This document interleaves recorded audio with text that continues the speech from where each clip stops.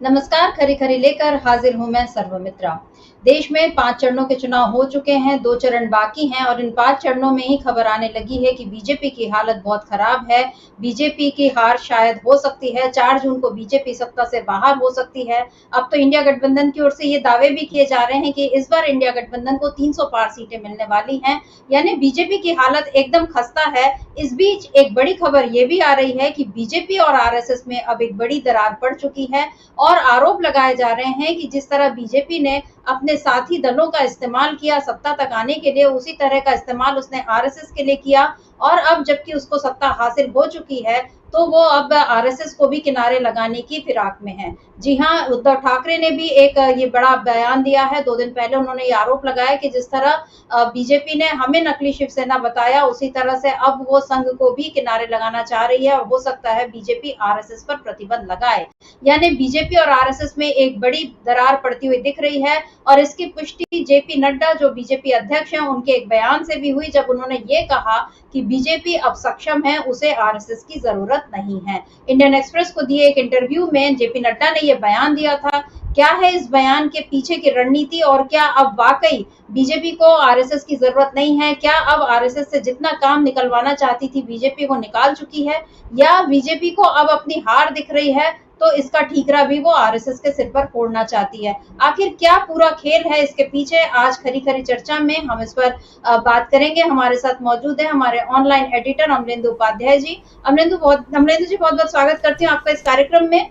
नमस्कार। अमलेंदु जी, अभी जेपी नड्डा का एक ये जो बयान आया था, इसके बाद एक राजनीतिक हलचल मच गई, क्योंकि अभी तक तो यही माना जाता था कि आरएसएस जो है उसके दम पर ही बीजेपी आगे बढ़ी है। आरएसएस अपने आप को हमेशा से सांस्कृतिक वैचारिक संगठन कहता रहा है, लेकिन ये तो सबको जाहिर है कि बीजेपी की राजनीति में या बीजेपी को सत्ता तक पहुंचाने में संघ का कितना बड़ा योगदान रहा है। हमने देखा है कि देश के कई राज्यों में मुख्यमंत्री जो बने वो आरएसएस की पसंद के बने। खासकर मोदी के 10 सालों के कार्यकाल में बहुत से मुख्यमंत्री ऐसे थे जिनकी पृष्ठभूमि आरएसएस की रही है, जो संघ की शाखाओं में दीक्षित होकर आगे बढ़े हैं।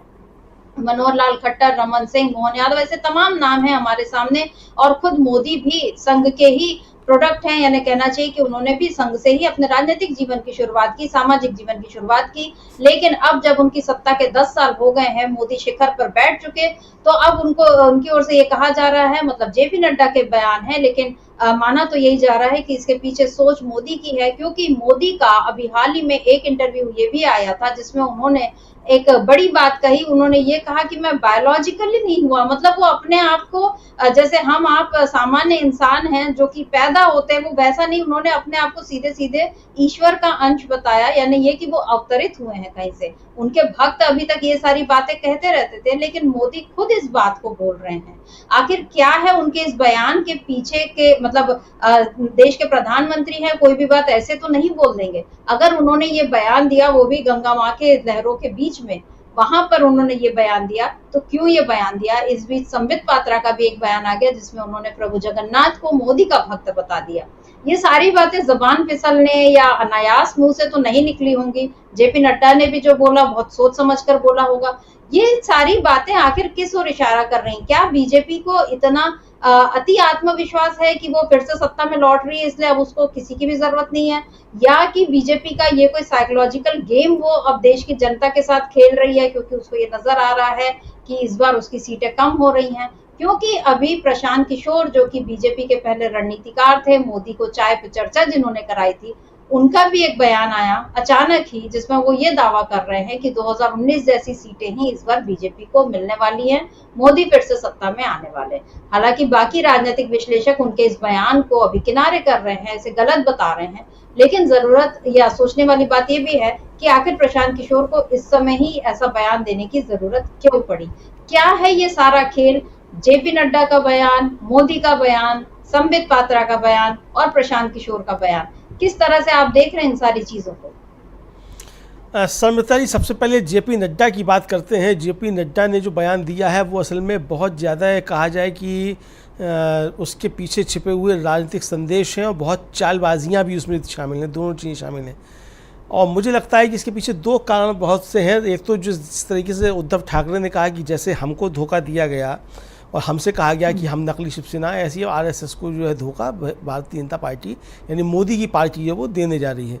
इसके पीछे ये कारण भी शर्मिष्ठा जी एक निश्चित तौर पे हो सकता है, क्योंकि जिस तरीके से चीज़ें सामने आई हैं, मोदी ने जिस तरीके से घोषणा कर दी कि अगली बार मैं ही आऊँगा, 15 अगस्त को मैं ही लाल किले पर झंडा फहराऊँगा और मैं ही जो है वो 2036 में ओलंपिक खेल कराऊँगा, 1000 साल तक की गारंटी मोदी ने जिस तरीके से ली, उससे ये साफ संदेश गया कि शायद नरेंद्र मोदी अब ये सोचते हैं कि आरएसएस की अब कोई आवश्यकता नहीं है। और इसके पीछे एक बात ये भी हो सकती है शर्मिष्ठा जी, चूँकि अब राजनीति जिस तरीके की है और इसमें जिस तरीके की तकनीक का इस्तेमाल अब बढ़ गया है और तकनीक जिस तरीके से प्रभावित करने लगी है, तो वो तकनीक अब बिना आरएसएस के भी चल सकती है। आरएसएस का काम क्या था असल में कुल मिला के भारतीय जनता पार्टी के लिए? आरएसएस का काम भारतीय जनता पार्टी के लिए यही था कि अपने स्वयंसेवकों को भारतीय जनता पार्टी के कार्यकर्ता के तौर पे भेजे। ज़मीन पे उसके कार्यकर्ता जो काम करते हैं, आरएसएस के स्वयंसेवक जो काम करते हैं, वो खिचड़ी और देशी घी की खिचड़ी खाते फिरते हैं, तो उस खिचड़ी खाते खाते वो भारतीय जनता पार्टी का काम करें राजनीतिक फ्रंट के तौर पर। इस तरीके से उनकी जिम्मेदारी होती थी। और दूसरा है कि अफवाह फैलाएं भारतीय जनता पार्टी के लिए जिस तरीके से, तो ये उनका एक काम होता था। अब भारतीय जनता पार्टी को इन दोनों कामों के लिए आरएसएस की कोई आवश्यकता नहीं है, ये बड़ी एक कड़वी सच्चाई है। और इसलिए उसकी आवश्यकता नहीं है क्योंकि उन्होंने अपना नेटवर्क तैयार कर लिया, जैसे ट्रोल तैयार कर लिए उन्होंने, आईटी सेल तैयार कर लिया। तो अफवाह फैलाने के लिए वो ट्रोल और आईटी सेल है, वो क्लिप काट काट के करते रहते हैं। तो वो उसमें टेक्निक का भी इस्तेमाल है। जो स्वयंसेवक आया है कच्छा बनियान पहन के, वो स्वयंसेवक जो है वो तो नहीं जानता कि क्लिप कैसे काटी जाती है, किस तरीके से उसको जो है तोड़ना मरोड़ना है या किस तरीके से डिफेक्ट करना है, वो तो टेक्निकल आदमी जानता है। तो वो टेक्निकल आदमी मोदी जी के पास अपनी वो आर्मी अब है। तो उसके लिए आरएसएस की कोई आवश्यकता नहीं है कि अफवाह फैलाने के लिए आपका इस्तेमाल किया जाए। कार्यकर्ताओं का जहाँ तक सवाल है, तो कार्यकर्ताओं की भी अब आवश्यकता इसलिए नहीं है क्योंकि अब तो सबसे ज़्यादा साधन संपन्न पार्टी है। आरएसएस के लोग भी भारतीय जनता पार्टी की कृपा पे जीवित हैं कि उनको अच्छे होटल में जाकर रुकना है। 5 सितारा भारतीय जनता पार्टी के कार्यालय बन गए हैं, तो इसी तरीके से 5 सितारा सुविधाएं आरएसएस के लोगों को मिलने लगी हैं। तो वो भी एक तरीके से भारतीय जनता पार्टी के ऊपर निर्भर हो गए। तो इसलिए एक तो ये है कि मोदी ने जिस तरीके से कब्जा किया है भारतीय जनता पार्टी के ऊपर, तो मोदी अब ये नहीं चाहते हैं कि आरएसएस उनको किसी भी तरीके से कोई डिक्टेट करे। दूसरा, वो देख चुके हैं कि बलराज मधोक से लेकर के और लालकृष्ण आडवाणी और अटल बिहारी वाजपेयी तक आरएसएस ने सबको किस तरीके से मिट्टी में मिलाया, जिसने भी आरएसएस से आंख मिलाने की कोशिश की। तो मोदी इस बात को अच्छी तरीके से जानते हैं कि आरएसएस अगर चाहेगा और वो मजबूत रहेगा तो किसी दिन मोदी को भी वो लालकृष्ण आडवाणी और बलराज मधोक की स्थिति में पहुंचा सकता है, या जो आखिर में स्थिति अटल बिहारी वाजपेयी की इस स्थिति में पहुंचा सकता है। तो मोदी अब आरएसएस से भी दो हाथ करने के लिए तैयार हो गए, ये एक तरीके से समझा सकता है। और ये शर्मिष्ठा जी ज़मीन पर देखने को मिल रहा है। आरएसएस के स्वयंसेवक भारतीय जनता पार्टी के लिए उस तरीके से काम नहीं कर रहे हैं जैसा कि उन्होंने पिछले चुनावों में लगातार किया है। उस तरीके से काम नहीं कर रहे हैं और ये लगातार चीज़ें आ रही हैं।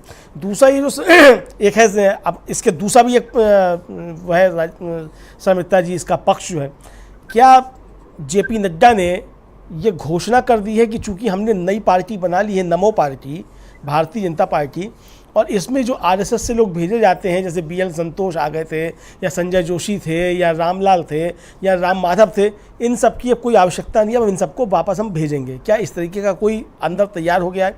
अब ये जो दरार है शर्मिष्ठा जी, ये दरार सिर्फ नीतिगत मसलों तक नहीं होगी। मुझे लगता है कि ये बहुत आगे जाकर के इस दरार के परिणाम देखने को मिलेंगे अगर ये दरार है और जेपी नड्डा सच बोल रहे हैं कि उनको आरएसएस की आवश्यकता नहीं है। हालांकि ये भी कहा जा रहा है कि ये धूल जो है वो जनता की आंख में झोंकने की कोशिश है, और ये कोशिश इसलिए कि जिस तरीके से केंद्रीय चुनाव मुद्दा बन गया, संविधान को बचाना और आरक्षण को बचाना, इससे भारतीय जनता पार्टी बहुत घबराई हुई है। उसे ये लग गया है कि वो सरकार से जा रही है और सरकार उसकी अब नहीं बन रही है। तो चूंकि ये कहा जाता है कि आरएसएस का प्रभाव भारतीय जनता पार्टी के ऊपर है और जो आरएसएस की वैचारिकी है उसको ही भारतीय जनता पार्टी ओन करती है। भारतीय जनता पार्टी की अपनी कोई विचारधारा नहीं है, जो आरएसएस की विचारधारा है वही उसकी विचारधारा है, और आरएसएस के एजेंडे को ही भारतीय जनता पार्टी आगे पहुंचाती है। जिस तरीके से मोहन भागवत का बयान आया था बिहार विधानसभा चुनाव के दौरान, फिर अभी राजनाथ सिंह का एक इंटरव्यू छप गया एक अखबार में कि आरक्षण गरीबी के आधार पर ही होगा, उसी के आधार पर चलता रहेगा। इस सबका शर्मिष्ठा जी भारतीय जनता पार्टी को लगा कि ज़बरदस्त तरीके से नुकसान हो रहा है, और लोग ये समझ रहे हैं चूँकि आरएसएस इस संविधान का विरोधी भी है। आरएसएस जो है वो आरक्षण का विरोधी भी है, तो ये लोगों को बताया जा सके कि नहीं अब हमारा आरएसएस से कोई संबंध नहीं है, आरएसएस अलग है और भारतीय जनता पार्टी अलग है, भारतीय जनता पार्टी को आरएसएस की कोई आवश्यकता नहीं है। तो यहाँ शर्मिष्ठा जी दोनों चीज़ें हो सकती हैं कि एक तो आरएसएस को आंख दिखाना भी है इस बहाने, और ये जनता को बताना भी है कि हमारा आरएसएस से कोई मतलब नहीं है, और जो लोगों ने बातें की हैं संविधान बदलने की, वो आरएसएस से जुड़े हुए लोग हैं तो उनकी वो बातें नहीं होंगी। ये कहने का एक संदेश पहुंचाने का एक तरीका भारतीय जनता पार्टी का ये हो सकता है जेपी नड्डा के इस बयान का। लेकिन उनका मकसद कुछ भी हो शर्मिष्ठा जी, जो सतह पे चीज़ें हैं उसको जनता जिस तरीके से देख रही है वो ये साफ तौर पे देख रही है कि आरएसएस और बीजेपी के बीच में कोई तगड़ी जो है वो जंग छिड़ चुकी है। इस जंग के परिणाम क्या होते हैं, अब 2 फेज बचे हैं लोकसभा चुनाव के, इसमें आरएसएस किस तरीके से काम करता है, दूसरा जिस तरीके से अरविंद केजरीवाल इमर्ज हो रहे हैं और वो किस तरीके से भारतीय जनता पार्टी को नुकसान पहुंचाने की रणनीति पे चलते हैं, क्या आरएसएस किसी दूसरे दलों को समर्थन देने के उस पर विचार करेगा, ये सारी चीज़ें उठना शुरू हो गई। तो ये कुल मिलाकर के भारतीय जनता पार्टी को एक नुकसान पहुंचाने की स्थिति भी बन सकती है, और ये हो सकता है कि बहुत चालाकी में जो है जेपी नड्डा ने ये वक्तव्य दिया हो, लेकिन वो उल्टा भी असर कर रहा हो, ये भी हो सकता है शर्मिष्ठा जी। बिल्कुल होने को कुछ भी हो सकता है, क्योंकि बीजेपी यानी खास तौर से मोदी के काल की बीजेपी जो है उसके बारे में यही कहा जाता है कि वो यूज एंड थ्रो की रणनीति पर ही चलती है। मोदी ने पहले भी अपने कई साथियों को इसी तरह यानी जो राजनीतिक दल हैं, चाहे हम शिवसेना की बात करें, अकाली दल की बात करें, इसी तरह से इस्तेमाल किया और उसके बाद उनसे किनारा कर लिया। ये बात तो जनता के सामने है। इसीलिए इस समय अगर ये कहा जाए कि बीजेपी और आरएसएस के बीच कोई दरार बढ़ रही है तो उसमें कोई गलत बात, मतलब ये ऐसा नहीं लगता है कि ये हवा में ये बात हो रही है, वाकई ये सतह पर भी है ये बात। क्योंकि हमने ये भी देखा था कि कर्नाटक चुनाव के वक्त जो ऑब्जर्वर है आरएसएस का मुखपत्र जिसको कहा जाता है, उसमें जो एक आर्टिकल छपा था संपादकीय, जिसमें उन्होंने कहा था कि मोदी और हिंदुत्व के नाम पर अब हम चुनाव नहीं जीत सकते, स्थानीय विकास की बात भी करनी होगी। और मोदी यहीं पर लगातार चूक रहे हैं, चाहे स्थानीय विकास की बात हो चाहे राष्ट्रीय स्तर के विकास की बात हो। मोदी 10 सालों में अपने विकास का कोई हिसाब नहीं दे पा रहे हैं, बल्कि अब वो लोगों को इतना बरगलाने लगे हैं कि उन्होंने खुद को अभी हाल ही में उन्होंने एक टीवी चैनल को इंटरव्यू दिया जिसमें उन्होंने ये कहा कि मैं अपनी जब तक मेरी माँ जिंदा थी तब तक तो ठीक था, लेकिन अब मुझे लगता है कि मैं बायोलॉजिकल पैदा नहीं हुआ हूँ, मैं भगवान का मतलब मुझ में अंश है, और क्योंकि इतनी ऊर्जा मुझ में कहीं से आ नहीं सकती। अमरिंदु जी, ये इस तरह की बातें क्या ये किसी मतलब हमें हमारे प्रधानमंत्री हैं, लेकिन अगर कोई और इसको सुनेगा इस तरह की बातों को, दुनिया में जब ये बातें जा रही हैं तो फिर ऐसा लगता है ना कि कोई मानसिक बीमारी जैसे होती है कि उसमें अब आदमी गप मारता है, बड़बड़ाता है, कोई ऐसी बात बोलता है जो बिल्कुल असंभव सी है, उस तरह का वो शिकार लग रहे हैं कि ये पता नहीं क्या बोले जा रहे हैं, और जो सवाल पूछने वाले हैं वो भी उनको चुपचाप सुनते हैं। इसी तरह संबित पात्रा ने जब ये बोल दिया कि मैं भगवान जगन्नाथ भी मोदी के भक्त हैं, उसके बाद फिर वो बार बार माफी मांग रहे हैं, कह रहे मैंने बार बार तो यही बोला था कि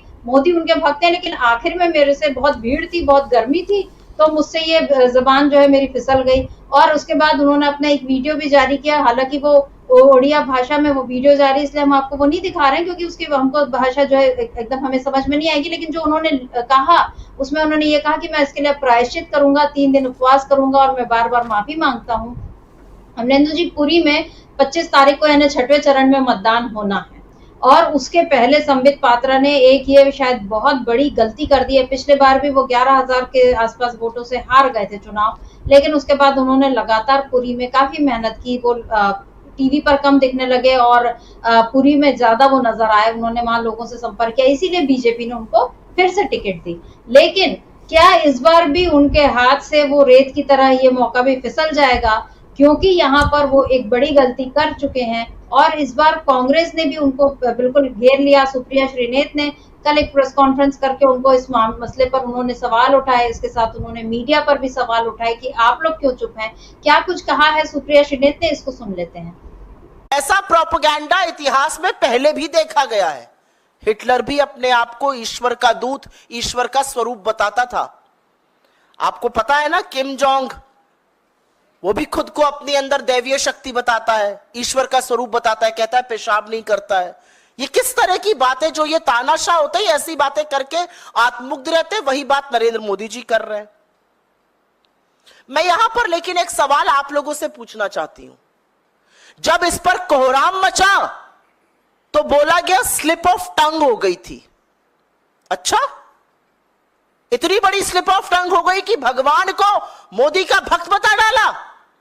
और तब तक आके नहीं स्पष्टीकरण दिया जब तक कोहराम नहीं बचा, हमने मुद्दे को नहीं उठाया। जब हजारों करोड़ों अनुयायियों ने कहा कि यह गलत है, तब आपको स्लिप ऑफ टंग याद आया। और मैं मीडिया से पूछना चाहती हूं, नोएडा के उन तमाम कमांडो वॉरियर एंकरगढ़ से पूछना चाहती हूं, आप क्यों चुप है? किस बात का पास दे रहे हैं? मैंने कुछ मीडिया के साथियों की ट्वीट और पोस्ट देखी, वो कह रहे स्लिप ऑफ टंग हो जाता है। अच्छा, ऐसा स्लिप ऑफ टंग जब विपक्षी प्रवक्ताओं और नेताओं का होता है तब तो आप लिंचिंग करते हैं, नोच खसोट लेते हैं उनको। इस पर क्यों आपका सुई टपक सन्नाटा है? असलियत यह है कि कोई सवाल बीजेपी से नहीं पूछा जाएगा। सुप्रिया श्रीनेत कह रही हैं कि बीजेपी से सवाल नहीं पूछा जाएगा, मीडिया भले पूछे न पूछे, लेकिन अमलेंदु जी जनता जरूर पूछ रही है सवाल।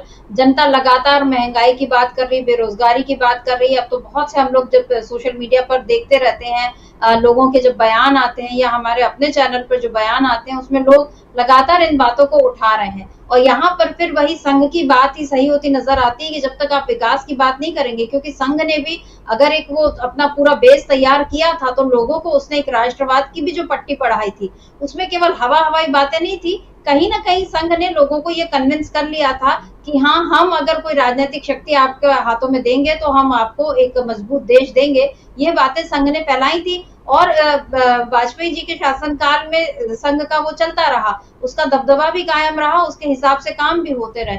लेकिन मोदी के 10 सालों के शासनकाल में हम ये देख रहे हैं कि कहीं भी ऐसा नहीं हुआ। बार बार ये बातें आती रही कि संघ को भी मोदी सुपरसीड करने की कोशिश कर रहे हैं, मोहन भागवत को भी वो कर रहे हैं। जब राम मंदिर का भी उद्घाटन हुआ था तो उसमें भी मोहन भागवत किनारे थे और मोदी ही असल यजमान बन के बैठे हुए थे। तो ये सारी चीजें, और हालांकि फैसला तो वो सुप्रीम कोर्ट का था, लेकिन मोदी इस मुद्दे को भी हर जगह भुना रहे थे। अब लेकिन ये बात सामने आ रही है कि राम मंदिर का मुद्दा भी नहीं चल पाया, हिंदुत्व का मुद्दा भी नहीं चल पाया, जो कि मोदी को उम्मीदें थी। हालांकि उनके भाषणों में हिंदू मुस्लिम लगातार होता रहा, लेकिन फिर भी ये सारी चीजें काम नहीं कर पाई। और अब जो जेपी नड्डा के बयान, जो जिस इंटरव्यू की हम बात कर रहे हैं, उस इंटरव्यू में कुछ और खास सवाल भी उनसे किए गए थे। जैसे उनसे पूछा गया था कि भाजपा की मथुरा और काशी में विवादित स्थलों पर मंदिर बनाने की कोई योजना है क्या, क्योंकि ये भाजपा का तो हमेशा से नारा रहा है कि अयोध्या जाकी और काशी मथुरा बाकी है। लेकिन अभी और इसको लेकर बार बार, क्योंकि जब वहां पे सर्वे भी होने लगे तो ये आशंकाएं बढ़ने लगी कि हाँ, बीजेपी फिर से आएगी सत्ता में तो हो सकता है यहाँ भी कुछ ऐसा ही हंगामा हो। लेकिन नड्डा ने जो बोला वो सुनने लायक है। उनका ये कहना था कि भाजपा के पास ऐसा कोई विचार, योजना या इच्छा नहीं है, इस पर अभी तक कोई चर्चा नहीं हुई है। फिर उनसे सवाल किया गया कि आदित्यनाथ योगी और हेमंत बिस्वा शर्मा जैसे नेता तो अपने भाषणों में काशी और मथुरा के मंदिरों की बात करते हैं। तो उनका जवाब था कि कुछ लोग भावुक होकर दूसरे मुद्दों पर बात करने लगते हैं। हमारी पार्टी एक बड़ी पार्टी और हर नेता की बात करने की एक शैली होती है। ये अमलेंदु जी जो घुमा फिरा कर नड्डा जवाब दे रहे हैं, यानी ये तय है कि बीजेपी को भी अभी समझ में आ गया है कि हिंदुत्व के मुद्दे पर अब वो बहुत लंबे समय तक नहीं टिक पाएगी। क्या यही वजह है कि वो आरएसएस से किनारा कर रही, क्योंकि आरएसएस का तो हमेशा से एक हिंदू राष्ट्र बनाने का सपना रहा है। क्या अब मोदी को भी समझ में आ रहा है कि मैं उस सपने को पूरा नहीं कर पाऊंगा, तो बेटर है कि मैं आरएसएस से किनारा कर लूं? या जैसा कि आपने कहा कि वो आरएसएस को ही वो क्योंकि उनको ये लग रहा है कि आरएसएस मुझे भी आडवाणी जी और मधोक जी की तरह किनारे न कर दे, तो इससे पहले मैं इसको किनारे कर दूं। लेकिन बीजेपी या मोदी की इस रणनीति को क्या संघ के कार्यकर्ता स्वीकार कर पाएंगे, और क्या इन चुनावों में उससे, मतलब अभी तक 5 चरणों में तो बीजेपी की हालत खराब रही है, आगे 2 चरणों में क्या होगा? क्योंकि हम ये देख रहे हैं कि संघ के कार्यकर्ता ही होते थे, पन्ना प्रमुख होते थे, और संघ के लोग ही थे जो जा जाकर मोदी को वोट देने के या बीजेपी को वोट देने के लिए काम करते थे। अब वो लोग नहीं इस तरह से काम कर रहे हैं, निकल नहीं रहे हैं। संघ के लोग इस बात से भी नाराज हैं कि चाहे किसान आंदोलन वाला मुद्दा रहा या बाकी और भी फैसले रहे जिस पर बीजेपी ने या मोदी ने उनसे राय नहीं ली, अपने मन से फैसला लिया। ये मोदी के मन की बात क्या अब संघ को भी रास नहीं आ रही है, और इसीलिए इन दोनों के बीच दरार दिख रही है? अमलेंदु जी, देखिए समिता जी, दोनों के बीच में दरार बढ़ रही है, इसमें तो कोई दो राय नहीं है। उसके पीछे कारण जो होते हैं उन पे बात की जा सकती है, लेकिन दरार बढ़ रही है ये तो एक सत्यापित तथ्य है कि आरएसएस और मोदी के बीच में अब दरार बढ़ रही है। बीजेपी का नाम इसलिए नहीं ले रहा हूँ क्योंकि बीजेपी कुछ है ही नहीं, अब मोदी ही बीजेपी है और बीजेपी ही मोदी है एक तरीके से। तो मोदी और आरएसएस के बीच में दरार बढ़ रही है, और ये दरार से बढ़ नहीं रही है समिता जी, ये दरार जो है एक तरीके से कहा जाए खाई बन चुकी है, इस स्थिति में पहुंच गया। देखिए आरएसएस के सामने चिंता क्या है। आरएसएस को अगले साल समिता जी 100 साल पूरे हो जाएंगे बने हुए। आरएसएस के अपने जो लक्ष्य रहे उसके लिए 100 साल तक जिन्होंने जो झूठ फैलाया, जो भी कुछ किया, बितंजे फैलाए, जिस तरीके से अपने स्वयंसेवक बनाए, लोगों के घर बर्बाद किए, वो सारी चीज़ें जिस तरीके से हैं, उसका आउटकम 100 साल में आरएसएस देखना चाहता था। तो वो आरएसएस क्या आउटकम देगा उसका। नरेंद्र मोदी के जरिए उसने एक दांव लगाया था कि नरेंद्र मोदी में आरएसएस के स्वयंसेवक और कॉरपोरेट का कॉकटेल मिल करके ये कुछ तरीके से काम करेगा। तो इसका असर आरएसएस को देखने को मिलेगा, इसका कुछ फ़ायदा होगा। हो ये रहा है कि नरेंद्र मोदी आरएसएस की ग्रिप से बाहर निकलते जा रहे हैं और कॉरपोरेट की ग्रिप में फंसते जा रहे हैं, या कहिए कॉरपोरेट के एक तरह से नुमाइंदे होकर के रह गए हैं। अब चीज़ें जो है वो नरेंद्र मोदी के पास जो आती हैं वो केशव कुंज से नहीं आती हैं, वो चीज़ें अब कॉर्पोरेट घरानों के यहाँ से आती हैं और नरेंद्र मोदी उसको एग्जीक्यूट करते हैं।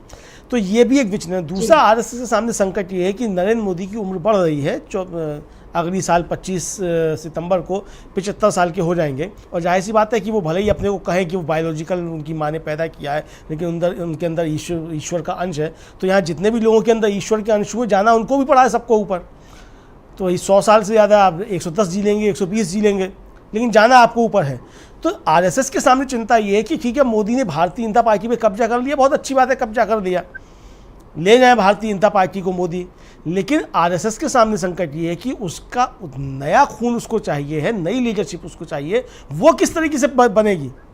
मोदी अगर 2 साल के बाद या 1 साल के बाद कमज़ोर हो जाएंगे तो मोदी को कौन संभालेगा। और जो सवाल अरविंद केजरीवाल ने बीच में उठा दिया था समिता जी कि नरेंद्र मोदी अपने लिए नहीं अमित शाह के लिए वोट मांग रहे हैं, तो ये भी एक दूरी बढ़ने का कारण बीच में बन गया है। और ये बात आरएसएस भी समझ रहा है कि नरेंद्र मोदी आसानी से कुर्सी नहीं छोड़ेंगे। एक तो अगर होते भी हैं और छोड़ते भी हैं तो फिर ये इस पर कब्जा पूरी तरीके से करके अमित शाह के हवाले करेंगे। अमित शाह आरएसएस के उस तरीके से दुलारे नहीं हैं जिस तरीके से नरेंद्र मोदी हैं, मतलब रहे हैं, या जिस तरीके से योगी आदित्यनाथ हैं या गडकरी हैं या राजनाथ सिंह हैं। तो आरएसएस के सामने संकट ये है कि मोदी का विकल्प उसको तैयार करना है, तो वो कैसे विकल्प तैयार करेगा अगर मोदी नहीं छोड़ेंगे। तो आरएसएस के अंदर ये चीज़ें चल रही हैं, जो सूत्र बताते हैं वो सूत्र बताते हैं कि आरएसएस के अंदर ये चीज़ें चल रही हैं कि मोदी का विकल्प बहुत जल्दी तैयार करना है और मोदी को रिप्लेस करना है। मोदी भी इस बात को अच्छी तरीके से भाप गए हैं कि आरएसएस उनको हटाना चाहता है, इसलिए वो आरएसएस को भी आंख दिखा रहे हैं। तो ये शह मात का खेल जो आरएसएस बीजेपी के बीच में चल रहा है समिता जी, ये भारतीय जनता पार्टी में लगातार इस तरीके के खेल चलते रहते हैं। जब बीजेपी नहीं थी, उससे पहले जनसंघ था, तो जनसंघ में भी इस तरीके के खेल चलते रहते थे। बलराज मधोक को तो बहुत बेइज्जत करके एक तरीके से बाहर किया गया, और फिर बलराज मधोक जो थे फिर सर्वाइव कर ही नहीं पाए। 100 साल से ज़्यादा बलराज मधोक भी जिए, लेकिन वो फिर बागी स्वयंसेवक होकर के बलराज मधोक जिए। तो जो बलराज मधोक का हश्र किया या आडवाणी जी का हश्र किया आरएसएस ने, नरेंद्र मोदी उस हश्र से बचना चाहते हैं। उस हश्र से बचने के लिए वो अब आरएसएस से भी दो हाथ करने के लिए तैयार हैं। आरएसएस के सामने संकट ये है कि मोदी से खुल करके पंगा नहीं ले सकता, क्योंकि बहुत सी फाइलें फिर खुल जाएंगी। जो दूसरे लोग आरोप लगाते रहे, मोदी अभी उन फाइलों को खोलने में सक्षम है। 4 जून तक तो सक्षम है, तो 4 जून से पहले ही उन केसेस को खोल के जा सकते हैं।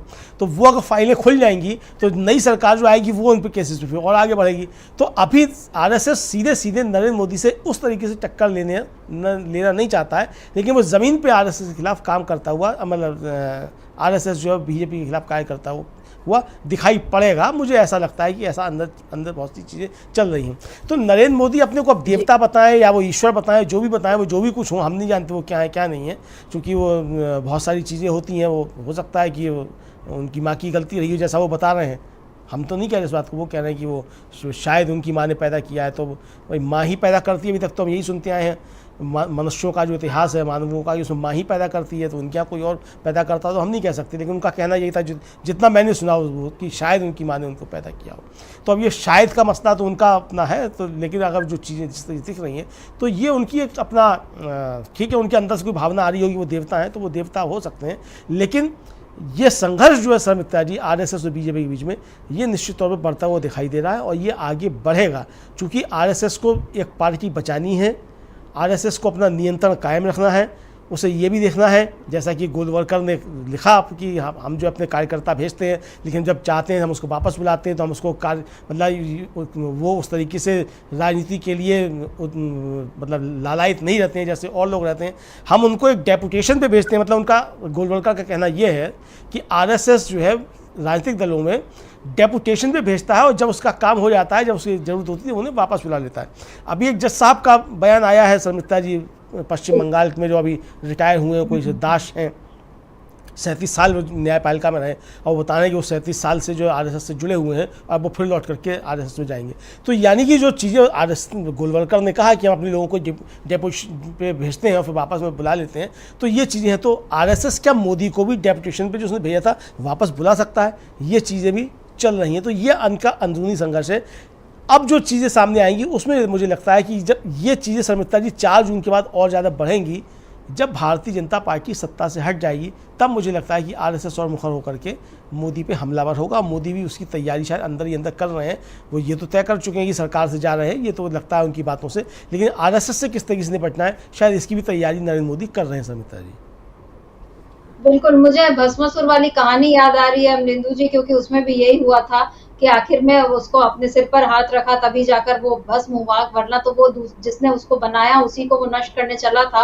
और यहाँ पर ऐसे ही कहानी दोहराती हुई दिख रही है। बहरहाल बीजेपी जो है इस समय 2 मोर्चों पर एक साथ जूझ रही है। एक और तो है कि उसे अपनी सत्ता में वापसी करना है, लेकिन इंडिया गठबंधन इसके लिए उसे बिल्कुल जगह नहीं दे रहा है। और दूसरी बात है कि वो आरएसएस से भी जूझ रही है, क्योंकि आरएसएस मोदी का विकल्प तलाश रही है। मोदी अगले साल 75 के हो जाएंगे और आरएसएस नहीं चाहती कि वो उस पद पर बने रहें। ये अब बातें सामने आ रही हैं और मोदी कुर्सी छोड़ना नहीं चाहते, ये भी दिख रहा है। हालांकि 4 जून को जब फैसला आएगा, जब जनता अपना फैसला सुनाएगी, तब देखना होगा कि मोदी को पद पर वो बने रहने देना चाहती है कि नहीं। और बीजेपी अगर जीतती है फिर भी ये संघ उसमें कितनी अगर वो कर पाता है कि वो मोदी को प्रधानमंत्री पद से हटाकर किसी दूसरे को सत्ता सौंपता है, ये भी देखने वाली बात रहेगी। लेकिन इसके आसार कम ही लग रहे हैं, क्योंकि 4 जून को यही बताया जा रहा है कि इंडिया गठबंधन सत्ता में आ रही है। और आपने एक जो बात कही थी कि कॉर्पोरेट के कब्जे में अब मोदी ज्यादा है, मतलब अभी तक जो बीजेपी के जैसे वाजपेयी जी वगैरह थे, इन लोगों के ऊपर संघ का वो नियंत्रण था, लेकिन यहाँ मोदी पे तो सीधे सीधे ये कहा जाता है कि वो अपने उद्योगपति मित्रों के कहने पर चलते हैं। और आज कांग्रेस ने फिर एक बड़े घोटाले का, नए घोटाले का पर्दाफाश किया है। चुनाव के पहले कोयला घोटाले के बाद एक कोयला घोटाला जिसमें यूपीए सरकार जो थी उस पर खतरा मंडरा गया था, और अब एक दूसरा कोयला घोटाला, और इसके तार जुड़ रहे हैं अडानी और मोदी से।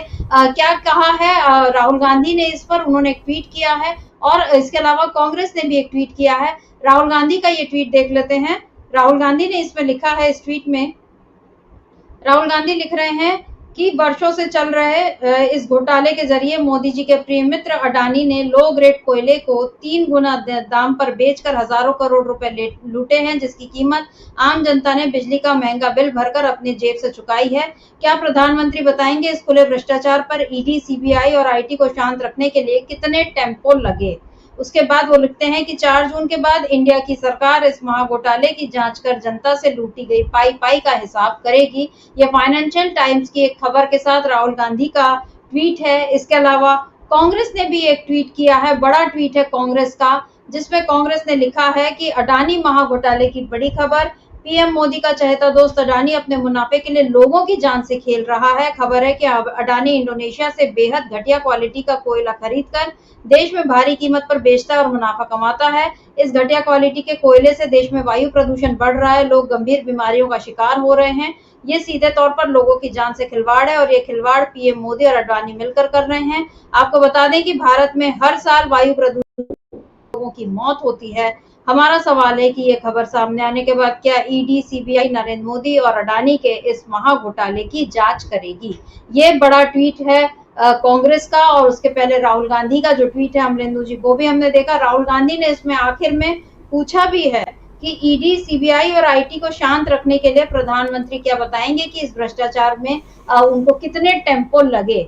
यानी यहाँ पर सीधा सीधा वार अडानी के बहाने मोदी पर, और साथ ही उस वार का जवाब भी जो मोदी ने करने की कोशिश की थी कि टेम्पो से भरकर काला धन पहुंचता है अडानी और अंबानी का। यहाँ पर ये जो बड़ी खबर आ गई है ये इस घोटाले की। अब जो 2 चरण और बचे हैं, इस पर आप इसका क्या असर देखते हैं?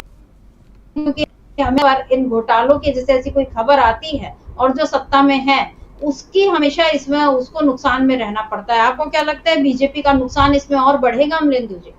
देखिए समिता जी, इसमें बीजेपी का नुकसान निश्चित तौर पर बढ़ेगा। और देखिए, घोटाले के आरोप तो भारतीय जनता पार्टी में पहले से लग रहे हैं। इलेक्टोरल बॉन्ड का जिस तरीके से घोटाला आया, वैक्सीन का घोटाला आया, ये सारे घोटाले सामने आ चुके हैं और इन घोटालों की वजह से ही भारतीय जनता पार्टी के खिलाफ एक ज़बरदस्त माहौल देश भर के अंदर बना है। जनता ये अच्छे तरीके से समझ रही है कि भारतीय जनता पार्टी ने बड़े बड़े घोटाले किए हैं, घोटालेबाजों से चंदा लिया, ये तो अब तक था। अब ये जो नया घोटाला आया है समिता जी, इसकी परतें काफ़ी अंदर तक जाती हैं। आपको याद होगा कि थोड़े दिनों पहले जो था एक सर्कुलर निकाला था केंद्र सरकार की तरफ से निकला था कि राज्य जो है वो जो कोयला खरीदते हैं बिजली बनाने के लिए, वो 10% कम से कम जो है वो विदेशी कोयला जो आता है उस लॉट से खरीदना होगा। और वो विदेशी लॉट जो थी वो किसकी थी? वो विदेशी लॉट अडानी की थी और ये खरीदा गया। इस पर जो केसीआर की गवर्नमेंट थी तेलंगाना की, उसका काफ़ी ज़्यादा विवाद भी हुआ था भारतीय जनता पार्टी के साथ में। हालांकि वो एक नूरा कुश्ती थी, लेकिन वो उनका विवाद हुआ। उन्होंने कहा कि हम इसको नहीं खरीदेंगे, लेकिन राज्यों के ऊपर ये प्रतिबंध था। उसके बाद फिर देश के अंदर कृत्रिम तौर पे जो था वो कोयले की शॉर्टेज पैदा की गई, ताकि आपको ये मजबूरी हो जाए कि आप पहले अडानी का कोयला खरीदिए।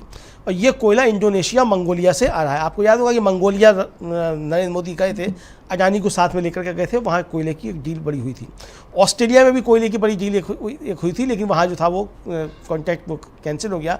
वहाँ काफ़ी ज़्यादा आंदोलन हुए उसके लेकर के, पर्यावरण को लेकर के, तो वहाँ वो डील कैंसिल हुई। लेकिन अडानी के पीछे यही है। तो जो अडानी के टेम्पो से नरेंद्र मोदी जो घूमते हैं देश विदेश में, जो राहुल गांधी सवाल पूछ रहे हैं कि ये इसमें कितने टेम्पो लगे, इसको समिता जी इससे देखने की आवश्यकता है। जाड़ों में दिल्ली के आसपास समिता जी बहुत ज़्यादा वो फॉग होता है और उसको लेकर के कहा जाता है ये पराली जलने की वजह से हो रहा है, जबकि पराली जलने की वजह से नहीं होता है। होता ये है कि जो बिजली भी घर हैं जिनसे बिजली बनती है, कोयले के बिजली घर हैं, उनके ऊपर चिमनी लगाए जाने के आदेश थे कि वो धुआं जो है वो सीधा सीधा आसमान में नहीं जाए और उसको परिशोधन करके उसका जो धुआं जो तब जाए। वो चिमनियाँ नहीं लगाई गई हैं। दिसंबर 2018 जो थी उसकी अंतिम तिथि थी कि तब तक आपको लगाना। वो धीरे धीरे वो आदेश बढ़ता गया और वो चिमनियाँ अभी तक नहीं लगी हैं, जिसकी वजह से होता है। आसपास बताए जाते हैं कि अडानी के कोयला घर हैं जिनसे ये बनता है, ये इस तरीके के आरोप हैं। जो 22 लाख लोग कोयले वायु प्रदूषण से मरते हैं, ये बिल्कुल सही है, 22 लाख लोग मरते हैं। और जो दुनिया के 15 सबसे ज़्यादा प्रदूषित शहर हैं समिता जी, उनमें से 14 शहर जो हैं वो भारत में है, जिसमें प्रधानमंत्री का क्योटो भी शामिल है। जी। दिल्ली जो है देश की दुनिया की सबसे प्रदूषित राजधानी दिल्ली है। ये भी अंतर्राष्ट्रीय जो रिपोर्ट्स हैं उनके जरिए ये सब चीज़ें सामने हैं। तो किस तरीके से अडानी का कोयला का कारोबार बढ़ाने के लिए और ख़राब कोयला बेचने के लिए ये सब किया गया है, इसको अच्छे तरीके से समझाया जा सकता है। जो राहुल गांधी जो आरोप लगा रहे हैं वो मैंने जो पिछली कुछ घटनाएं थी उनके सीक्वेंसेस में जोड़ के बताने की कोशिश की है कि हाँ, इसके पीछे ये बातें हो सकती हैं। क्योंकि कोयला किस तरीके से नुकसान पहुँचा रहा है ये देखा जा रहा है। कोयले का हमारे यहाँ उत्पादन भी बढ़ा है। पिछले दिनों ये भी आया है कि कोयले का उत्पादन हमारे यहाँ बढ़ गया है। चीन के बाद दुनिया में सबसे ज़्यादा कोयले का उपभोग करने वाला देश भी भारत है, ये भी है।